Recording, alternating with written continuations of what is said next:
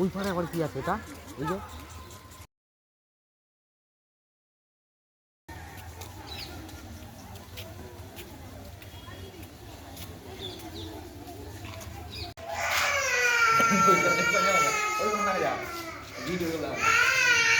না না ভিডিও করিনি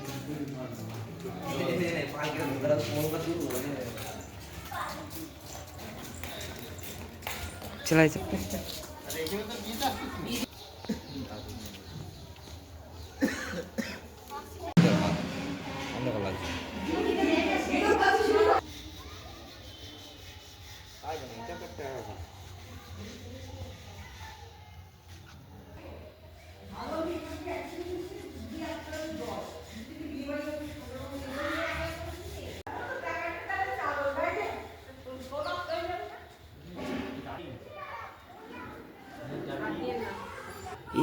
এইগুলো হচ্ছে আমাদের ঐতিহ্য, মানে এগুলো একখানা গর্বের একখানা অনুভূতি জায়গায়, যেগুলো এত এত বছর আগে আরাম আরাম করে থয়ে গেছে।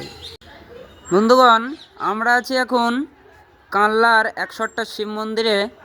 তা এই মন্দিরে একটা রাধা মদন মন্দির আছে।